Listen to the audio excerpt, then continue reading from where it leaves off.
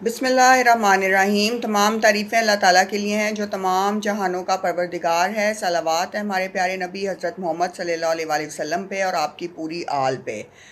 अस्सलाम वालेकुम व्यूअर्स, आज की इस वीडियो में हम बात करेंगे चंद अहम अक़वाल के हवाले से जो कि बड़े आइमा कराम ने और हमें ज़िंदगी में समझाए हैं और बहुत सारे फ़िलासफ़र्स ने भी बाद में आने वाले दौर में उसको नकल किया है। व्यूअर, जब इंसान का दिमाग परेशान हो तो उसका चेहरा खूबसूरत नहीं हो सकता। इस बात पे कभी गौर कीजिएगा कि जब आपके जहन में मुख्तलिफ़ किस्म की कशमकश चल रही होती हैं तो आपका चेहरा कभी भी खूबसूरत नहीं लग रहा होता। वो परेशान कुन लगता है, उदास लगता है और मायूस लगता है। तो जब इंसान खुश होता है तो उसका चेहरा बहुत पुरलुत्फ़ लगता है और ख़ुशी वाला लगता है और आरामदेह लगता है। तो ये फ़र्क आ जाता है मायूसी की कंडीशन में और ख़ुशी वाली कंडीशन में। सेहत के बाद सबसे अहम चीज़ जो है वो दुनिया में इज़्ज़त है। इज़्ज़त अल्लाह देता है इंसान को और कोई किसी इंसान को दी हुई इज़्ज़त छीन नहीं सकता। तो अगर आपको सेहत अल्लाह ने दी है, सेहत बहुत बड़ी दौलत है और उसके साथ दूसरी अहम दौलत जो है वो इज़्ज़त है। माशरे में आपकी इज़्ज़त हो और लोग आपकी दिल से इज़्ज़त करें। अगर आप अक्लमंद बनना चाहते हैं तो आपको तकालीफ से गुज़रना होगा। ये बहुत अहम बात है व्यूअर्स के अक्लमंदी और विज़डम जो है वो बुरे तजर्बात और तकालीफ के बगैर नहीं पॉसिबल। अक्लमंद लोग वो होते हैं जिन्होंने बहुत सारी ठोकरें खाई होती हैं, बहुत सारे दर्द सहे होते हैं, बहुत सारी तकालीफ़ को बर्दाश्त किया होता है, बहुत सारी तोहमतें सुनी होती हैं, बहुत सारी चीज़ों का जवाब दिया होता है और बहुत सारे ज़ख़म उनके दिल में होते हैं। तो फिर आपको विज़डम मिलती है, अक़ल मिलती है। उस चीज़ को छोड़ देना बेहतर होता है जो आपके लिए ज़िल्लत का बायस हो।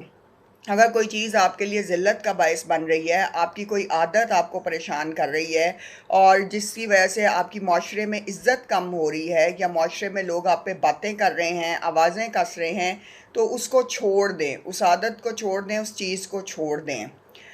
मोहब्बत और नरमी, इन दो चीज़ों के बगैर इंसान को सुकून हासिल नहीं होता। ये बिल्कुल ठीक बात है।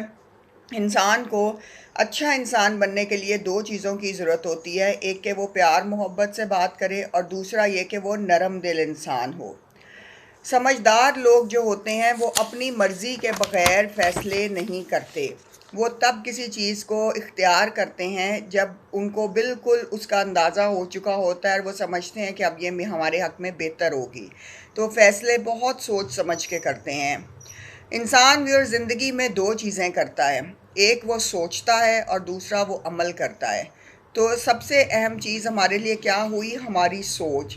इसलिए मौला अली अलैहिस्सलाम ने फरमाया कि अपनी सोच को पानी के कतरों की तरह शफ़ाफ़ रखो क्योंकि इसी के मुताबिक ईमान होता है। जिस इंसान की सोच जितनी साफ़ होगी वो उतना ही ईमान वाला होगा।